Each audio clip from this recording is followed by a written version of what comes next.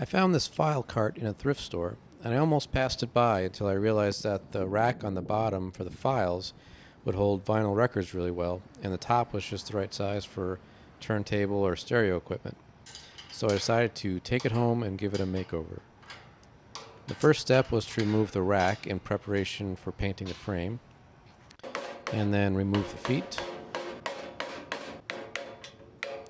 Then I gave it a light sanding with some 180 grit, and then I wiped it down with some naphtha just to get it ready for paint. And the paint that I used was Rust-Oleum Painter's Touch in Poppy Red. And there it is. For the top I used some 3/4 inch birch plywood, and here I'm applying some birch edge banding to it. This is iron-on edge banding, so basically you just cut the piece a little bit oversized and then get your iron nice and hot, go over it with the iron, and the iron melts the glue and it sticks to the wood. And then you'll need to cut the edges of the banding flush with the plywood.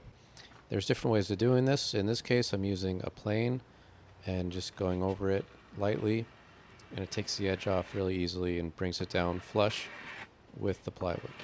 You could also do this with a razor blade, and they make special tools you can buy too, but this method worked well for me. Then after you do that edge, then you just have to get the ends, and in this case I'm using an X-Acto knife.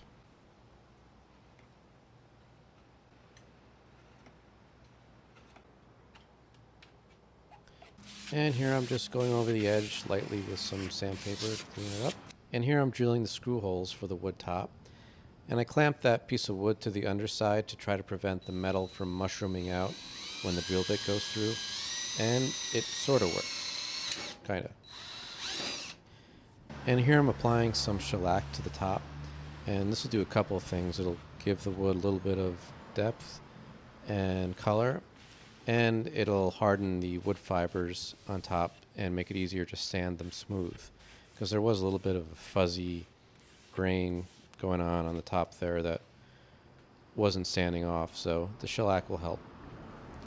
And it will also seal the wood so that when I put the polyurethane top coat on, it won't absorb the polyurethane as much, and I'll use less polyurethane. And here I'm going over the paint with a piece of a brown paper grocery bag, and this will help to smooth the paint out a bit.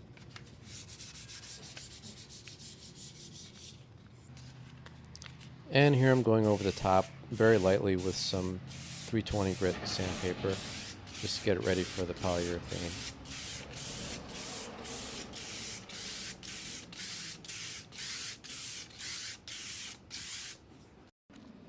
And now it's time to apply the polyurethane.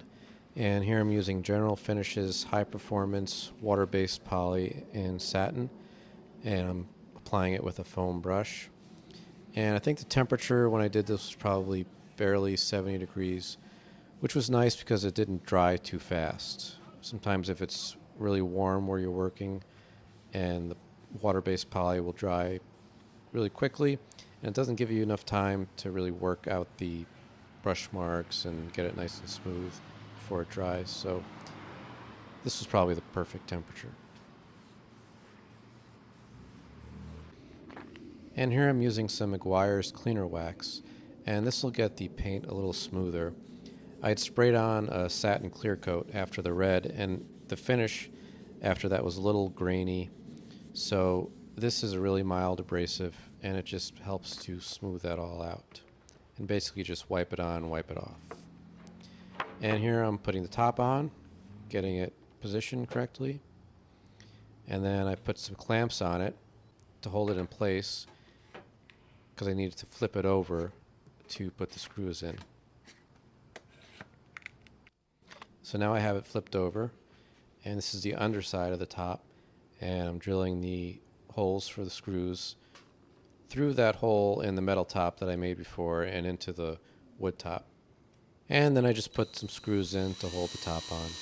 Didn't get it on camera, but wasn't very exciting anyway. And then I just used this Flitz polish. It's a metal polish, and I used it on the metal rack on the bottom just to clean it up a bit. And just wipe it on and wipe it off.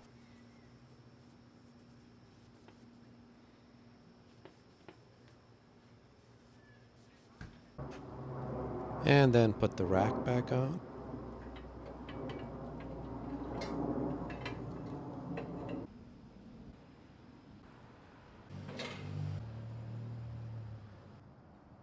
And here it is, all done. Thanks for watching.